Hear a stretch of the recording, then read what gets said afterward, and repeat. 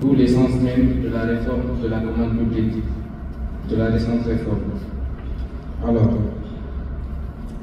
au sommaire, nous avons le cadre législatif, réglementaire, la définition des marchés publics, les principes généraux, le champ d'application de la commande publique et l'aspect institutionnel.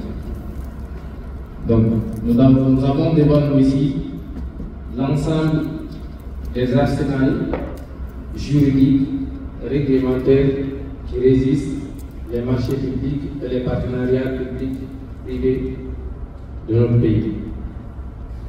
Alors, pour rappel, la loi L020 est la source même de la distinction des fonctions de passation, de contrôle et de la régulation des marchés publics. C'est la source mère du trépied de la commande publique en Guinée. Et cette loi, au plus tard, a été révisée par la loi 028 portant modification de certains articles de la loi L020. Avant la réforme des marchés publics en Guinée, il y avait une direction qu'on appelait la direction des marchés publics. Je parle sous le contrôle du coordinateur M. Barry. Il y avait une direction nationale des marchés publics. Il y avait une division au sein de cette direction qui faisait la passation. Et le contrôle était au niveau de la CGP et la régulation au niveau de l'ARMP. On a aussi la loi portant sur les partenariats publics-privés qui est la loi 032. On a la loi récente qui est la loi ordinaire 2023-008 portant statut général des autorités administratives indépendantes dont l'ARMP fait partie des autorités administratives indépendantes. Donc c'est cette loi même qui confère à l'ARMP d'un caractère juridictionnel maintenant, à travers cette loi. On a le décret 333, après avoir élaboré tous les textes précédents qu'on a eu à citer ici, le code des marchés publics, on a vu aboutir le code des marchés publics. On a le décret 030, c'est ce décret qui confère aux attributions, organisation de la Direction nationale du contrôle des marchés publics. On a aussi le décret 031 qui est un décret d'application du décret 333 portant code des marchés publics. C'est ce décret qui porte sur la création, attribution, organisation des services techniques compétents au sein des autorités contractantes.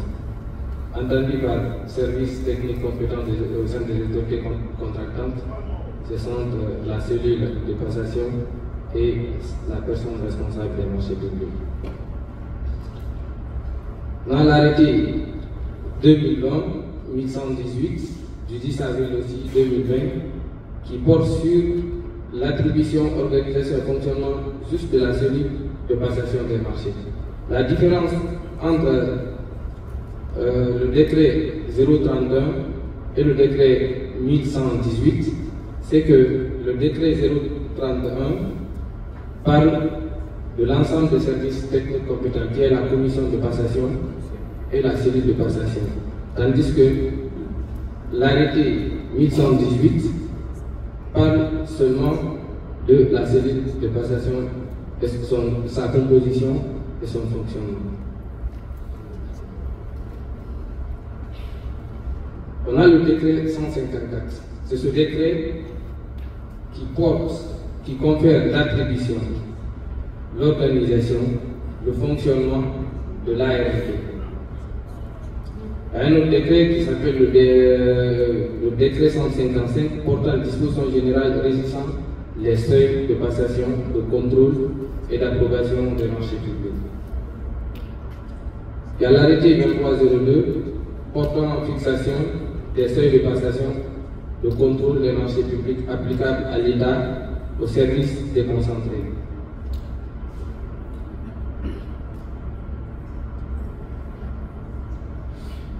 Après avoir parcouru l'ensemble des dispositifs nationaux, on parle maintenant pour les accords internationaux de financement. Pour les accords internationaux de financement, on a les conventions. Parmi les conventions, on a les conventions bilatérales, il y a les conventions aussi multilatérales quand il s'agit beaucoup d'organismes venant, beaucoup de pays, beaucoup de bailleurs sur les projets. Et vous avez l'hiérarchie des normes juridiques qui est classée telle que suit. Les conventions qui priment d'abord sur nos lois nationaux. On a les traités, on a la constitution, on a les lois, les décrets, arrêtés et décisions. Hiérarchie des normes juridiques. Alors, durant toute cette semaine, nous avons parlé de la passation, d'intégrité, tout et tout, mais il est question aussi de définir ce qu'est un marché public.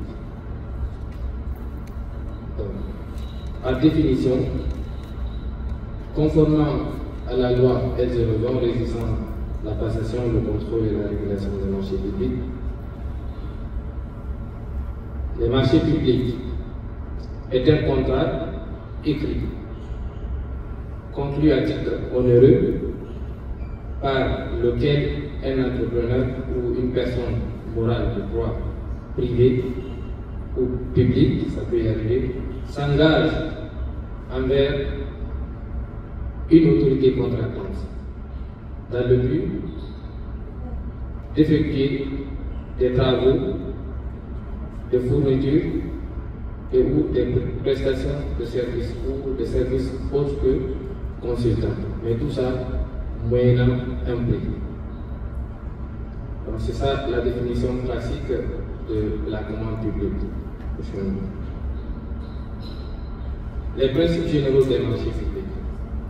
Sans ces principes, on peut qualifier la passation des marchés publics comme étant une procédure nulle et de nul effet. Quels sont ces principes? C'est les trois principes sacro-saints: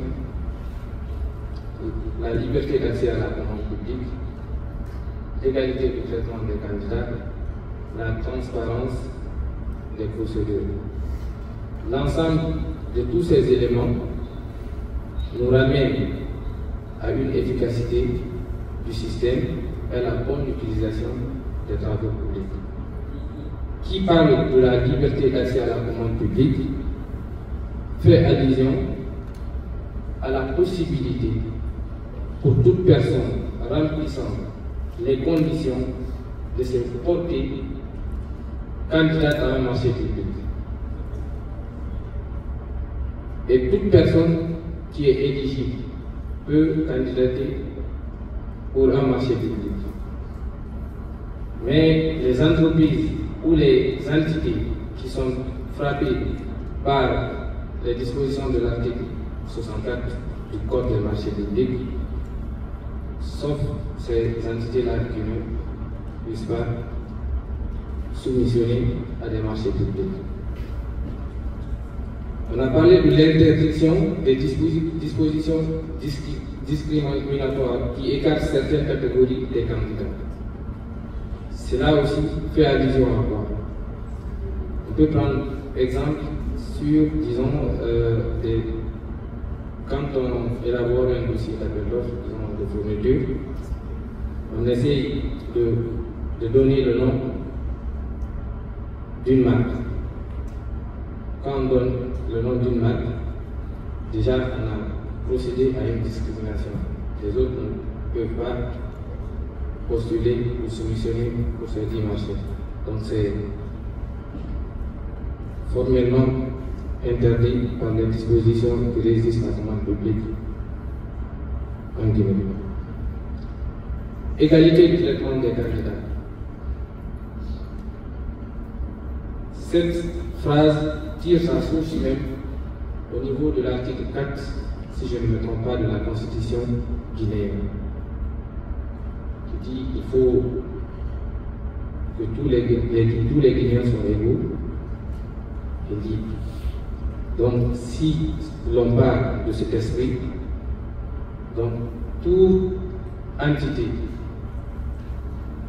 qui a la capacité, qui n'est pas frappée par l'inéligibilité, peut postuler. Quand l'entreprise postule, il faut que les services techniques compétents qui s'acquièrent des documents, il faut que ces services techniques compétents traitent les documents dans l'impartialité, dans la justesse.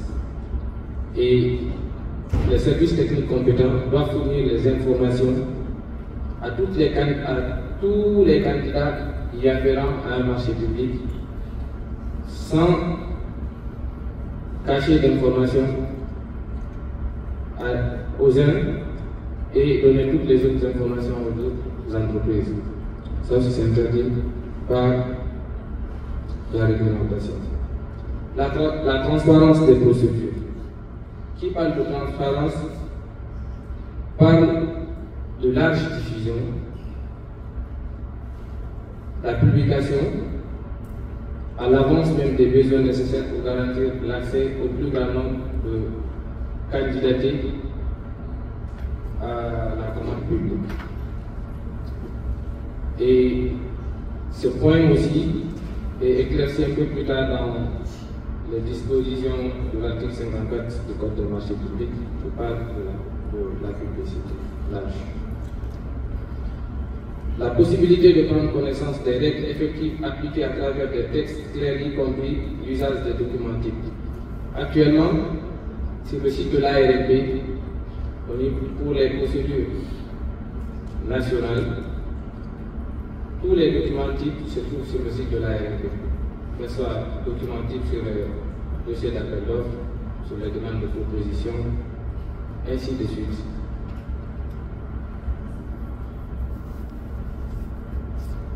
Les principes, les trois principes qu'on a eu à énumérer ici s'appliquent à tous les marchés, quel que soit leur montant et leur source de financement. Ces principes s'appliquent non seulement au marché sous financement budget national du développement, mais aussi s'appliquent au marché sous financement extérieur. La sanction du non-respect de ces principes par les acheteurs publics peut entraîner la nullité de la procédure, comme on l'a si bien dit. On va parler du champ d'application de la commande publique. Quelles sont les entités qui sont assujetties au code des marchés publics? Ce sont, conformément à la loi, à l'article 3 de la loi L020 qui régit aussi la passation et la régulation des marchés publics, qui dispose ceci, sont soumises aux dispositions de la loi les autorités contractantes. Qui sont ces autorités contractantes? Les autorités contractantes, c'est d'abord l'État, les CPA, les établissements publics à caractère administratif, vous avez les collectivités territoriales, vous avez les organismes ou agences même d'exécution, ou offices créés par l'État. Donc toutes ces personnes-là, toutes ces entités sont soumises au code des marchés publics, sauf si dispositions contraires aux accords de financement le disent autrement.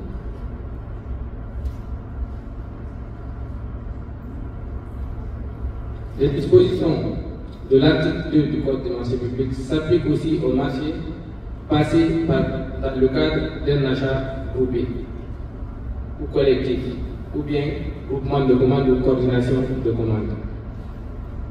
Maintenant, le groupement de commandes, le code, la réforme a réglé aussi ce point à travers ce qu'on appelle le concept accord cadre, qui est défini à l'article 47 du Code de marché public, avec toutes les dispositions y relatives.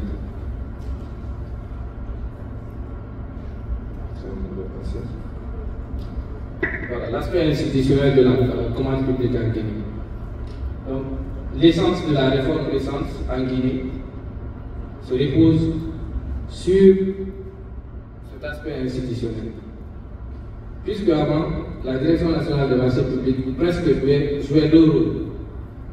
C'était partie comme partie prenante sur ils font la passation, il y a une division passation, il y a une division régulation et contrôle.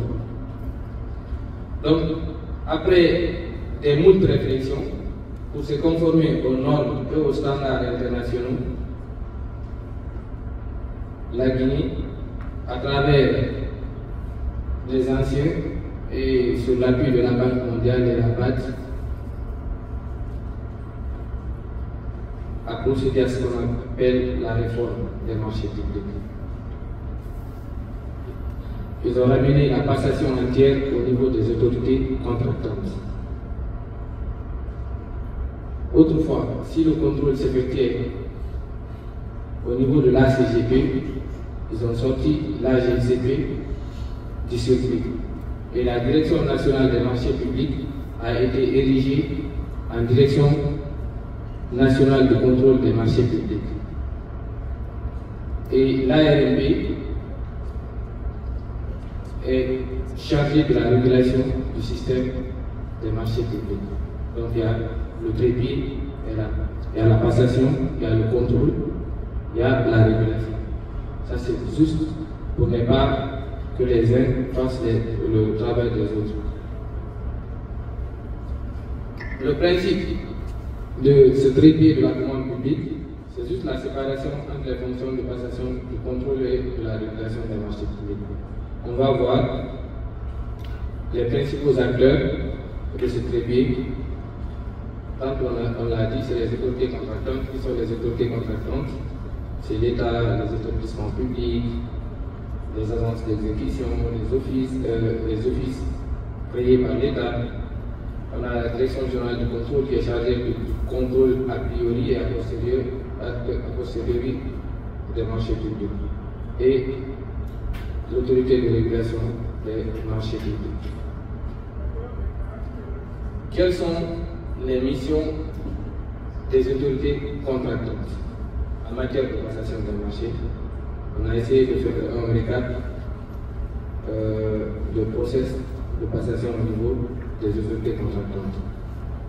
Les autorités contractantes ont la charge de définir et de faire la détermination de leurs besoins, de planifier leur marché, de procéder à la définition de la procédure de passation, si c'est par appel d'offres, qui est déjà la règle, si c'est par une passation par dérogation, qui est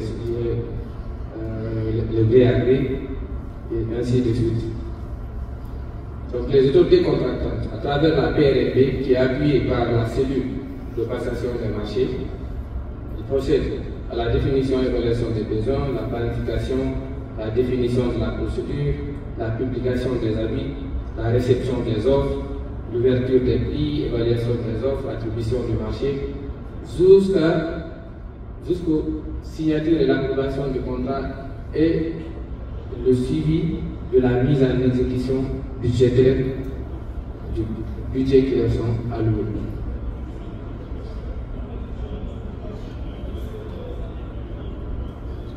La Direction nationale du contrôle des marchés publics est devenue maintenant Direction générale du contrôle des marchés publics. Et le rôle, par sous le contrôle de mes collègues de la Direction générale du contrôle des marchés publics, le rôle, c'est de valider les étapes que les services techniques compétents au niveau des autorités contractantes foncière. Que ce soit DAO, que ce soit les annonces sur la résiliation du contrat, ils ont leur avis, sur les transmissions des dossiers rapports de contrôle, et la direction générale du contrôle aussi a le rôle de saisir l'ARMP de ses manquements constatés dans l'exercice de ses missions conformément à l'article 15 du Code des marchés publics. Et c'est elle aussi qui a la charge de la gestion du site MAC. Et vous conviendrez avec moi qu'aujourd'hui, que la Guinée a très bien avancé par rapport à la digitalisation des marchés publics. On a eu à faire l'étape du pilote. Ça est réussi à un projet de décret relatif même à la digitalisation des marchés publics qui a été déjà élaboré et envoyé hier. Donc c'est ça aussi les nouveautés sur la réforme.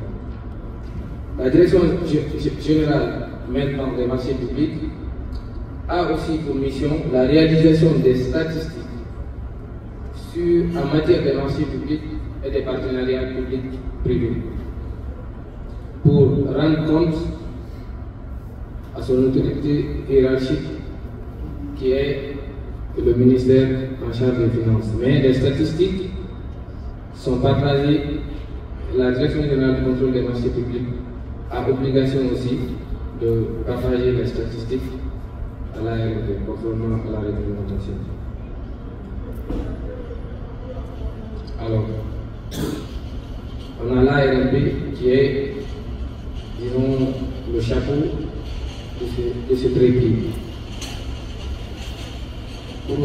Avant d'abord de parler des missions de l'ARMP, il faut que je vous parle de la composition de l'ARMP. L'ARMP, qui est une autorité administrative indépendante, dotée d'une personnalité juridique et d'une autonomie financière, qui est placée sous l'autorité directe du Monsieur le Président de la République, dispose en son sein deux organes, à savoir, on a le premier organe qui est le Conseil de régulation, le second qui est la Direction générale de l'ARMP. La composition du Conseil de régulation, ce conseil est composé de 9 membres tripartites paritaires. Pourquoi tripartite? Parce que il y a 3 entités qui composent cet organe.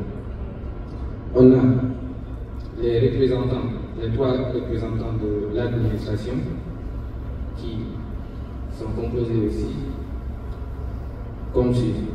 On a le représentant du Premier ministre, il y a le représentant du ministre de l'économie et des finances, il y a le représentant du ministère de la Justice, côté administration. On a 3 du secteur privé, qui est le patronat. Il y a 3 membres aussi issus de la société civile. Donc c'est la composition de l'organe du Conseil de régulation de l'ARMP. Ce conseil dispose de 2 instances.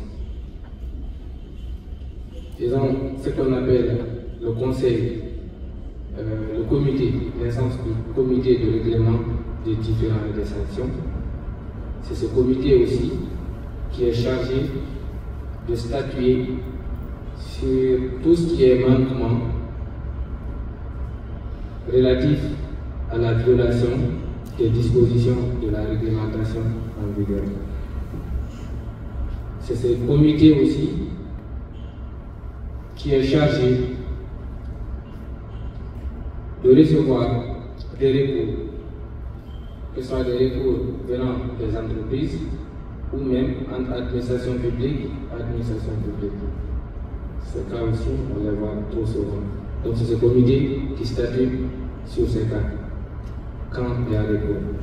Alors l'ARMP, la direction générale, est composée de quelques directions que je vais vous citer ici.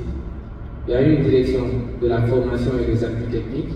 C'est cette direction qui est chargée de procéder à un renforcement de capacité et de programmer des formations permanentes à l'ensemble des acteurs de la commande publique. Il y a une direction de la documentation et des statistiques qui s'occupe de tout ce qui est production de statistiques depuis la création de l'ARMP. Il y a la DSD, direction de statistiques et de documentation, c'est les deux. On a la DRAGE, la direction de la réglementation et des affaires juridiques, qui aussi a en son sein une commission d'instruction des recours. Avant que les recours ne partent pour le contradictoire entre le requérant et les autorités contractantes, c'est cette commission, à travers la direction générale sur l'instruction du président du conseil de régulation, c'est cette commission qui va examiner tout ce qui est dossier pour remonter au comité de règlement des différends et des sanctions afin que ces différends soient statués. Donc, c'est les trois directions qu'on a. À part cette direction, il y a d'autres services. On a un service enquête et inspection. C'est ce service qui, comme son nom l'indique, c'est un service qui procède tout ce qui est enquête relative au manquement au manquement saisi par les lanceurs d'alerte, tout et tout. C'est elle d'abord qui essaie de planifier tout et tout avant que le comité de règlement des différends s'auto-saisit sur l'affaire. On a le service PRP aussi, dont moi je assure la responsabilité. On a un service audit, donc c'est les services là qui composent la direction générale de l'autorité de régulation des marchés publics.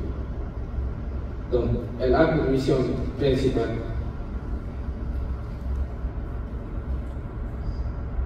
la mission principale de l'ARMP, c'est de non seulement conseiller de par des avis, mais aussi des propositions ou recommandations dans le cadre de la définition des politiques en matière de marché public et partenariat public.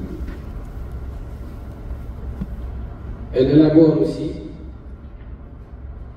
à travers des mises à jour sur la législation en matière de marché public, en collaboration bien sûr avec la Direction générale du contrôle des marchés publics. Elle assure les audits, par des audits indépendants, la viabilité du système d'exécution et de contrôle des marchés publics. Là aussi, nous sommes très avancés par rapport à cet audit. Le recrutement est fait, les négociations sont faites. Donc, le rapport de démarrage aussi a été élaboré. D'ici, disons, en février, on aura l'état des audits sur les exercices 2018 à 2020. L'ARMP aussi, à travers son organe, a la charge d'examiner les recours pré-contractuels et procède au règlement non juridictionnel des litiges. Ça, c'est sous l'ancienne réglementation. Avant que la loi AAI ne soit promulguée, l'ARMP avait un caractère non juridictionnel. Mais puisqu'il y a eu une loi AAI qui, en son article 2, qui confère que toutes les autorités administratives indépendantes sont des entités juridictionnelles. Et avant, l'ARMP ne pouvait pas sanctionner l'agent public directement. ARMP saisissait les ordonnateurs pour les donner des directives pour sanctionner leur agent. Mais maintenant, elle a la loi AAI donne le plein pouvoir à l'ARMP de sanctionner un agent public qui est en porte-à-faux avec la réglementation. Donc c'est ce que j'avais à vous présenter. C'est une brève explication. Donc je suis disponible pour toutes les questions relatives à la commande publique, ce financement.